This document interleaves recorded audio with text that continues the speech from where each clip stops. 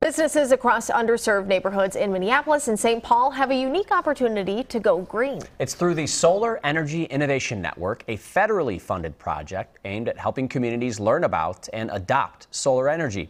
I looked into why it could have a generational impact across the Twin Cities.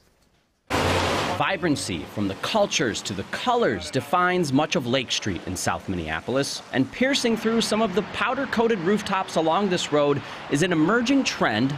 Mercado is a bedrock of the community. About to get a boost of energy. So they are one of the businesses on Lake Street that is choosing to make this investment. Matt Kazinka is with the Lake Street Council. I think a lot of people are familiar with solar as a concept. They've seen it on other roofs. They have neighbors or friends who have maybe looked into it.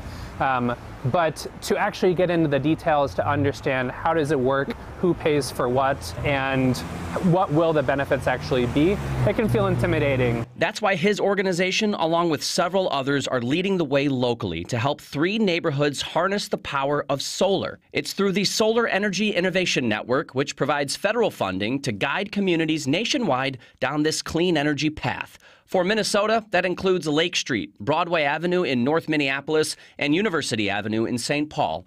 Not only does that trio showcase our state's diversity, it's weathered destructive anger following the murder of George Floyd. We're going to be working on this rebuilding process for the next several years. As new buildings form and older businesses start over, comes a chance to go green with solar. Our mission is to help entrepreneurs grow and thrive. Terry Austin works at the Northside Economic Opportunity Network, or NEON.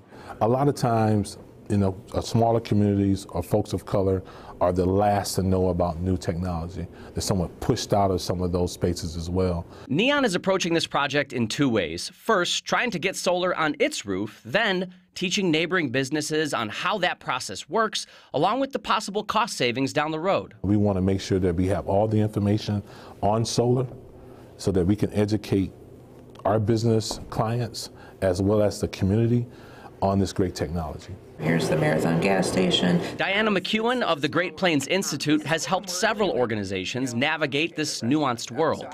Understanding the incentives, the tax credit, do they have enough tax equity? And we'll be mapping out, like if you live in this area, you qualify for this and this and this. Really trying to break it down to make it more understandable. These are really low impact, low energy draw stage lights. Energy consumption is what helps a performance pop at the Hook and Ladder Theater and Lounge a few steps off Lake Street. I was only thinking of the lighting, but you said audio is just as important, right? It is, and in some cases, in fact, I wouldn't be surprised if it drew more. Christopher Mozina is the executive director. Well, as everybody who pays an electric bill knows, the rates have gone up considerably in the last 12 to 36 months with respect to energy costs. Offsetting those costs are their solar panels installed a few years back. But my guess is over time that savings will increase in significance parallel to the increasing rates. Savings aside, Mozina is proud of lowering their carbon footprint. So this is kind of the brains of the system. He understands paying for and installing the technology is easier said than done. But with several local stakeholders invested in solar's growth, he hopes his neighbors give it a shot. And that would be my message to other business and operators or owners of buildings to just investigate it. The costs are coming down, the benefits are going up, new federal incentives are making it easier and more approachable for people to do.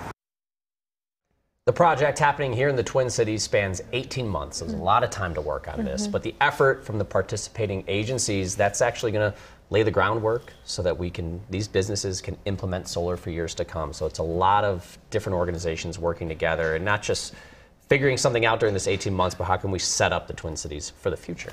Yeah. This is the way things are moving, right? People can be upset with it. We're moving this direction. Absolutely. It's cheaper energy, and I saw a really positive report now from a jobs perspective that more and more oil-related jobs are being transitioned successfully into renewable energy jobs. So I get it, right? We need to make sure that our people are employed and getting paid what they deserve. At the same time, it makes sense because it's intimidating. There's a lot of red tape. If you have an established business or if you're starting over, I mean, you're worried about construction and the stuff that's going into the business, not what's on top of it, powering it. And so having the help to navigate what is probably complicated is very helpful. Very lucky for these communities to have that federal assistance. This leads us to our question for today. As solar becomes more popular, would you ever use it in your home or business? Do you see solar as the future, or will the trend eventually go dim that you believe? Scan the QR code on your screen to share your thoughts, or on a computer, go to WCCO.com/connect. This will bring you to our website where you can comment as well.